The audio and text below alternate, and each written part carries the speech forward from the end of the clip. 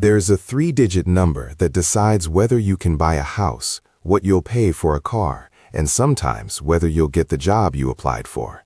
You didn't vote on it, you can't opt out, and the companies that calculate it won't tell you exactly how they do it.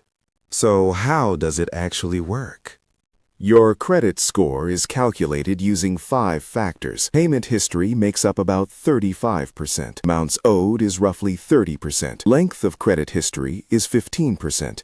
New credit is 10%. Credit mix rounds out the last 10%.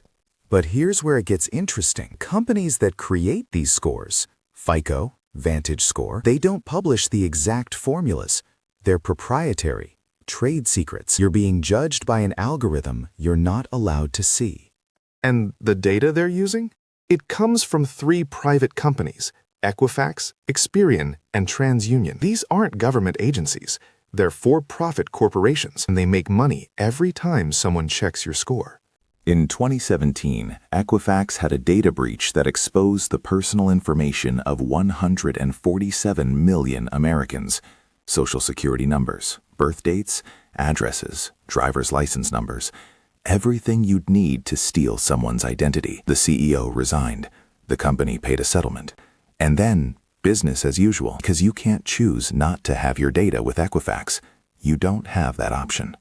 These 3 companies hold files on you, whether you like it or not, and sometimes they get it wrong. According to a 2013 FTC study, 1 in 5 Americans has an error on at least one of their credit reports. 1 in 5. And these aren't small errors. We're talking accounts that don't belong to you, payments marked late that were on time, debts that were already paid off showing as delinquent. And here's the absurd part. When there's an error, the burden of proof is on you. You have to find it.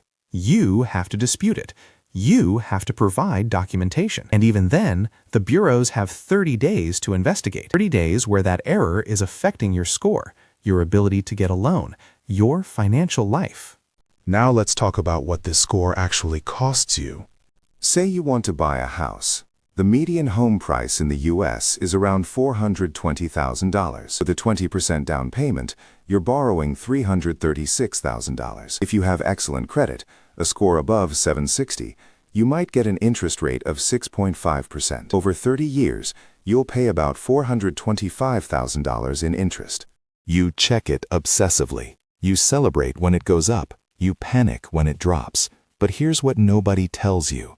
Your credit score isn't measuring what you think it's measuring, and the cost of maintaining it might be higher than you ever imagined. But if your score is 640, just 120 points lower, your interest rate jumps to 8.2%. Now you're paying about $578,000 in interest. That's $153,000 more for the exact same house. $153,000 is the price of those 120 points. And remember, those points could be affected by an error you didn't catch, account you forgot to use, or paying off a loan too early. It gets worse with car loans. Someone with a credit score of 720 might get a 5.5% rate on a $35,000 car. Someone with a 580 score, try 14% or higher. That difference adds up to thousands of dollars over the life of the loan for the same car. Insurance companies use credit scores too, even though there's ongoing debate about whether credit scores actually predict accident risk. But in most states, they're allowed to charge you more for car insurance if your credit score is low. You could be the safest driver on the road, never had an accident, never filed a claim. Doesn't matter. Low credit score means higher premiums. Some landlords won't rent to you. Some employers won't hire you, especially in finance or positions that require security clearance. Your credit score has become a proxy for trustworthiness, for character, for who you are as a person. And here's the twisted logic. Once you have bad credit, it's harder to fix it, because bad credit makes everything more expensive, which makes it harder to pay your bills on time, which makes your credit worse. It's a trap disguised as a ladder. But let's go deeper. Let's talk about credit utilization, because this is where the game really reveals itself. Credit utilization is the ratio of how much credit you're using versus how much you have available. If you have a credit card with a $10,000 limit and you have a $3,000 balance, Your utilization is 30%. The magic number you're supposed to stay under is also 30%. Under 10% is even better. This means the system rewards you for having credit you don't use. You need to prove you can access debt. You shouldn't actually use too much of it. It's a tightrope walk. And if you don't have much credit to begin with, you're penalized because your utilization ratio is harder to keep low. Let me show you what I mean. So what do people do? They keep credit cards open that they don't want because closing them would hurt their utilization ratio. They apply for higher credit limits, which triggers a hard inquiry that temporarily dings their score. They treat their credit score like a Tamagotchi, constantly feeding it the right inputs to keep it alive. And credit card companies know this. They know you're trying to maintain your score, so they send you offers, balance transfers, new cards with better rewards, and every time you apply, that's another hard inquiry. Every time you open a new account, it lowers the average age of your credit history. You're playing a game where the rules are hidden and the referees work for the other team. Here's something most people don't realize. There isn't just one credit score. FICO alone has over 50 different scoring models. There's FICO 8, FICO 9, FICO 10, and industry-specific scores for auto loans, mortgages, credit cards. Vantage Score has its own versions. The score you see when you check Credit Karma might be completely different from the score a lender sees when you apply for a mortgage. You could spend months optimizing your credit score, getting it up to 780, feeling proud of yourself. And then you apply for a car loan, and they use a different scoring model, where you're a 720, and you have no way of knowing which score they'll use until you apply. It's a shell game where you never know which shell matters. Now let's zoom out and look at what this system does to behavior on a larger scale.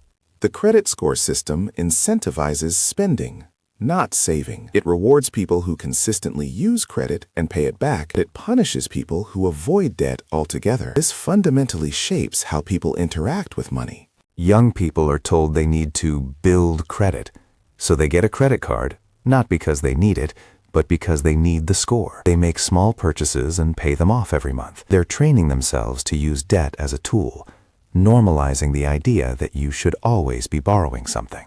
And look, credit can be useful. Mortgages make sense for most people. Car loans can be practical. But the system doesn't distinguish between useful debt and frivolous debt. It just wants to see that you're in the game. Most people think a credit score measures how good you are with money. Responsible people have high scores. Irresponsible people have low ones. Simple, right? There's a psychological cost here too. Financial anxiety in America is at an all-time high, and part of that is the constant awareness of this number hanging over you. You can't just make good financial decisions and trust that things will work out.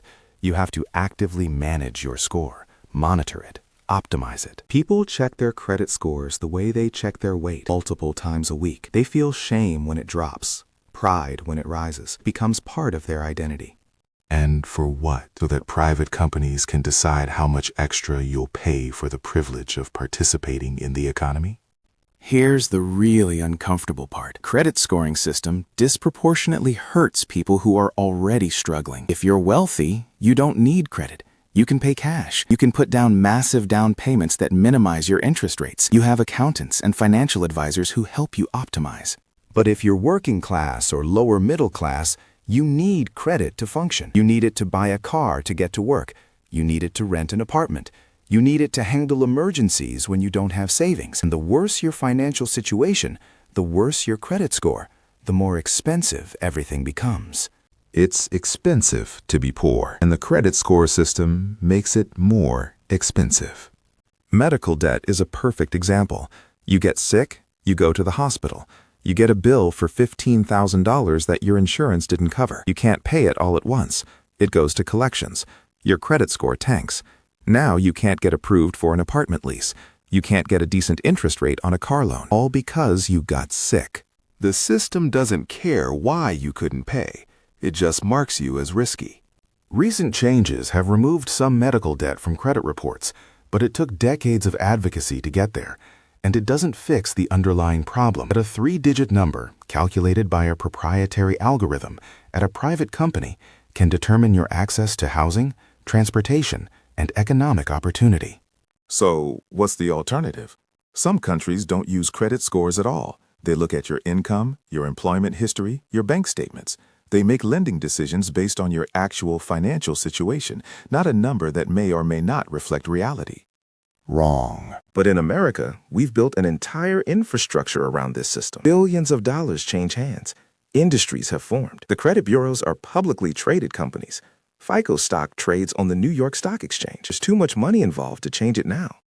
And maybe that's the point. Maybe the credit score system isn't broken. Maybe it's working exactly as designed. It creates a permanent class of people who pay more for everything, generating profit for lenders and bureaus and everyone else in the chain. It keeps people anxious, compliant, constantly trying to optimize their score so they can access the basics of middle-class life. You're not a customer. You're the product. Your behavior, your payment history, your financial anxiety, all of it is data that gets packaged, scored, and sold. The American dream used to be about working hard and building wealth. Now it's about managing debt efficiently enough to maintain access to more debt. And we've accepted this as normal. So, the next time you check your credit score, ask yourself, what is this number really measuring? And who benefits from you caring about it so much? Because that 3-digit number isn't just tracking your financial behavior, it's shaping it. It's teaching you that the way to succeed is to play by rules you didn't write and can't fully understand. It's convincing you that you need to prove your worth to systems that profit from your anxiety. And the most disturbing part, you can't opt out. You can't choose not to participate. File exists whether you want it to or not. The score is calculated whether you check it or not. The judgment is rendered whether you agree with it or not. You're being scored on how well you serve a system that was never designed to serve you. And every month you check that number and hope it went up, as if your worth as a person could be reduced to 3 digits on a screen. The question isn't whether you have a good credit score. The question is why we've accepted a world where that score matters more than what you've actually built, saved, or earned, and what we're willing to give up to keep it high. Your credit score doesn't measure wealth. It doesn't measure income. It doesn't even really measure responsibility. What it measures is how profitable you are to lenders, and that's a very different thing. Think about it. If you've never borrowed money, never had a credit card, never took out a loan, if you saved up and paid cash for everything your entire life, you'd have no credit score. Or worse, a bad one. The system literally penalizes you for not going into debt. The man who saved for 3 years to buy a used car in cash has a worse credit score than the man who financed a new one he can barely afford. The woman who paid off her student loans early gets dinged for closing an account. The couple who cut up their credit cards after getting out of debt just damaged their credit utilization ratio. You're not being scored on financial health. You're being scored on debt management. And the score wants you in debt, just not too much debt, the perfect amount of debt.